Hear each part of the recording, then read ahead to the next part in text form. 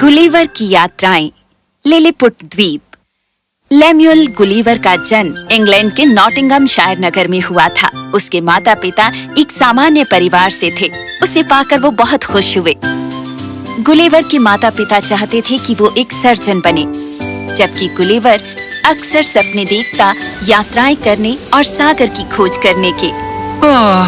काश मैं यात्रा कर सकता समुद्र पार की और ऐसे क्षेत्रों की खोज करता जहाँ पहले कोई न गया हो। यात्राओं के लिए सही मार्गदर्शन के अभाव में गुलिवर ने अपने माता पिता की सलाह ली और वो एक सर्जन बन गया। वो इंग्लैंड के सबसे बढ़िया डॉक्टरों में से एक था। वो अपने मरीजों का बहुत दिल से ख्याल रखता। फिर भी गुलिवर का हृदय और आत्मा हमेशा समुद्र पर ही केंद्रित रहते।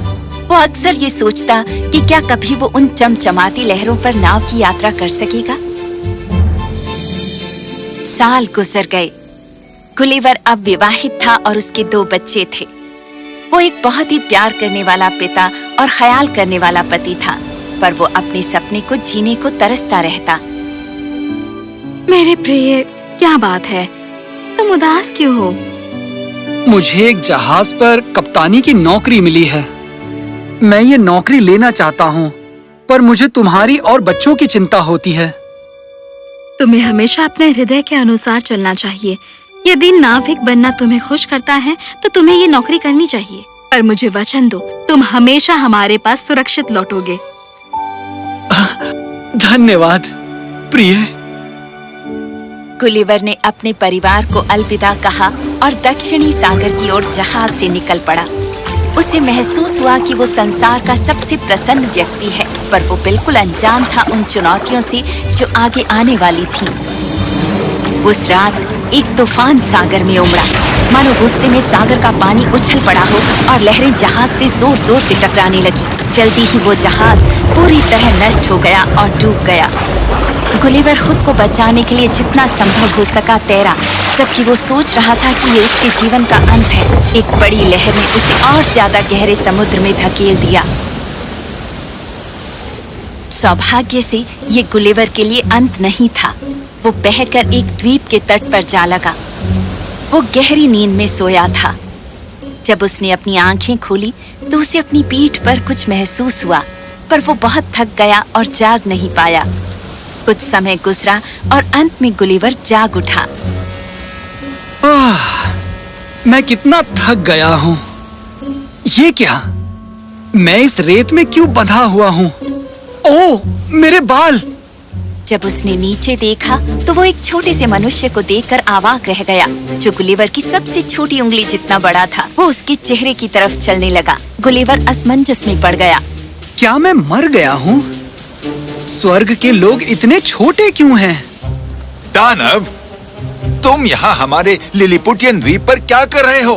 क्या तुम यहाँ हमें खाने के लिए आए हो? क्या? नहीं। तो क्या तुम यहाँ हमारा द्वीप छीनने आए हो? कौन सा द्वीप? लिलीपुटियन का द्वीप। रुको, मैं पहले ही तुम्हें बता चुका हूँ। क्या तुम्हें ब्लफ्यूज क्यों ने भेजा है? क्या? हु? हे दानव, तुम हमें अपनी मंशा बताओ। मेरा नाम है लेम्युअल गुलिवर, दानव नहीं। और मैं थक गया हूँ। मुझे पता नहीं मैं यहाँ कैसे आ गया। मुझे इतना याद है कि मैं दक्षिण सागर के एक जहाज में था जो तबाह हो गया और डूब गया। वो सिपाही जान गया कि गुलिवर झूठ नहीं बोल रहा। हम इस दानव गुलिवर को शहर ले जाएंगे और उसके भाग्य का निर्णय राजा को ही करने दो। 300 घोड़े मंगवाए गए उस विशाल रथ को खींचने के लिए जिसे लिलीपुटियन ने बनाया गुलिवर को वहाँ से ले जाने के लिए। गुलिवर को शहर से घुमाते हुए ले जाया गया।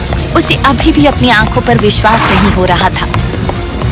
क्या सच में ये लिलीपुट का द्वीप है? और वो मेरी तरफ ऐसे देखते हैं जैसे मैं अलग ही प्राणी हूँ, विचित्र हूँ। यदि कोई आपसे अलग होता है तो निश्चित आप भी उससे अलग ही होते हैं। ये धारणाएं हैं। महाराज, ये मनुष्य कहता है कि वो हमें कोई हानि पहुंचाने की मंशा नहीं रखता। असल में वो कहता है कि उसका जहाज सागर के तूफान में तबाह हो गया और ये कि अब वो खो गया है।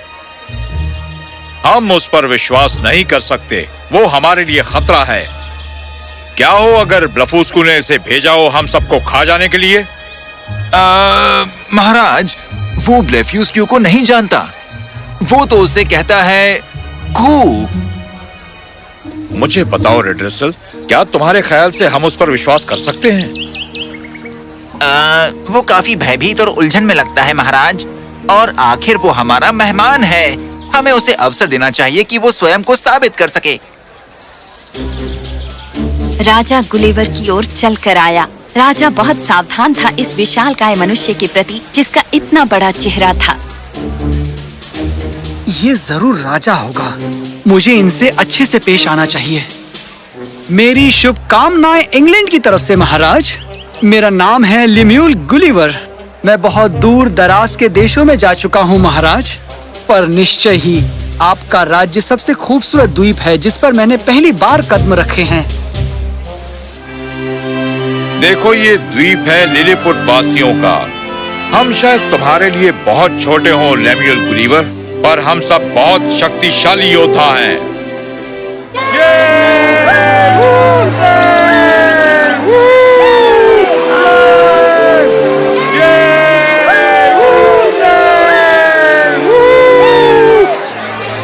निश्चय ही मुझे इससे संदेह नहीं है महाराज। शक्तिशाली योद्धाओं के विशाल हृदय भी होते हैं।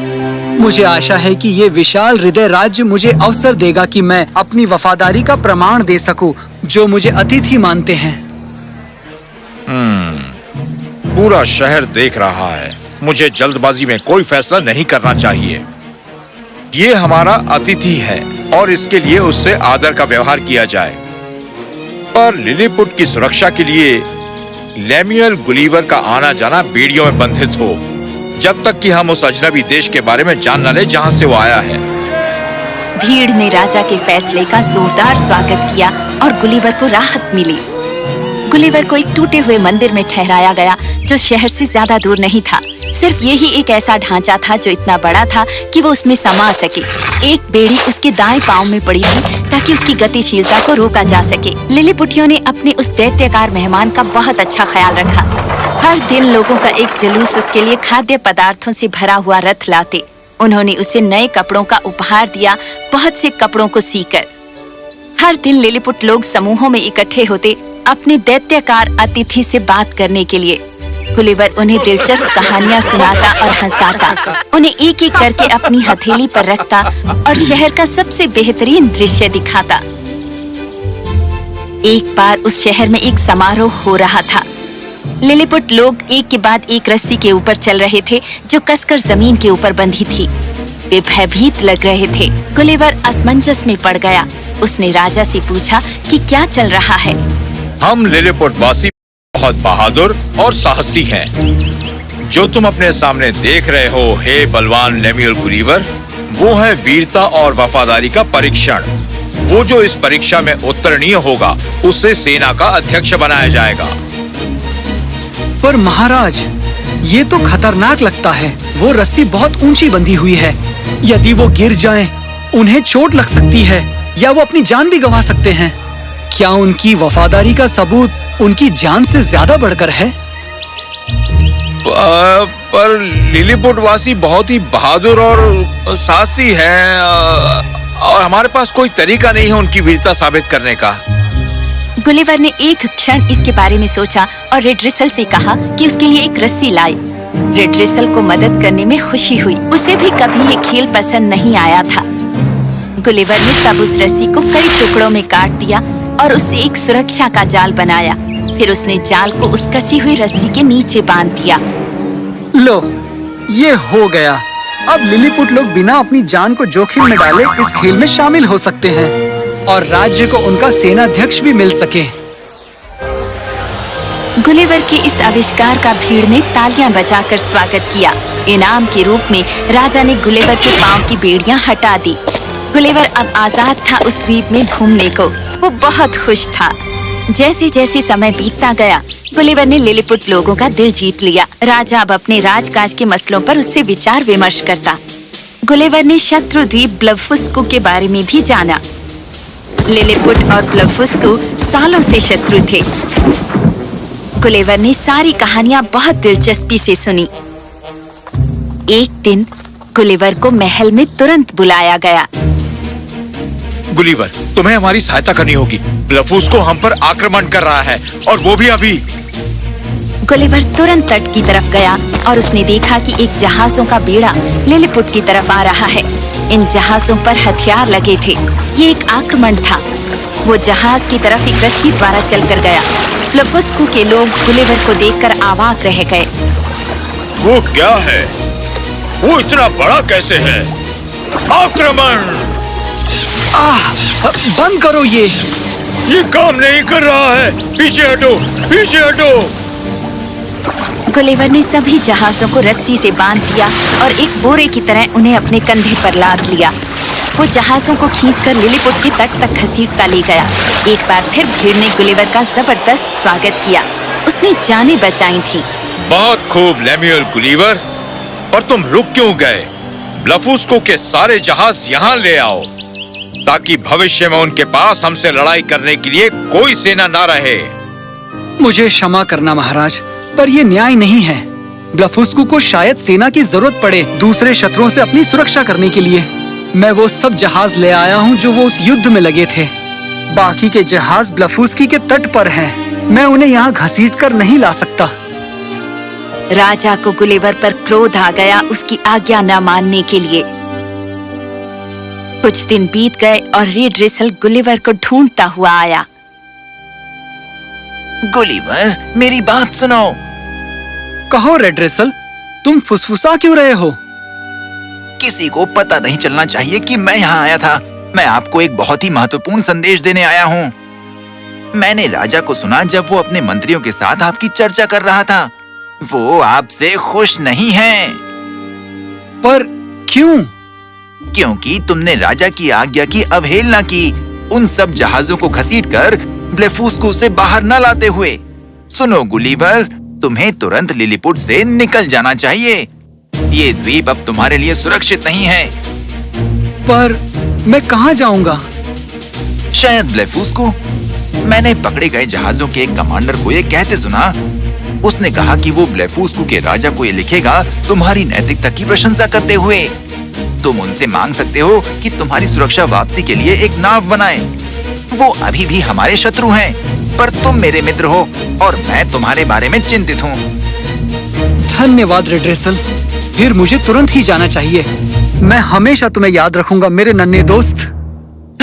मैं भी तुम्हें याद रखूंगा हे रहम दिल दानव गुलिवर। गुलिवर तुरंत ब्लफुस्कू के लिए निकल पड़ा। वो कमर तक गहरे पानी में चला और ब्लफुस्कू के तट पर पहुंचा।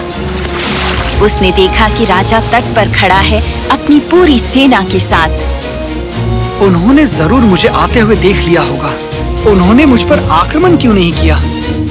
महाराज, मैं यहाँ लड़ने नहीं आया हूँ। मैं हूँ लेम्यूएल गुलिवर और मैं यहाँ आपकी सहायता मांगने आया हूँ।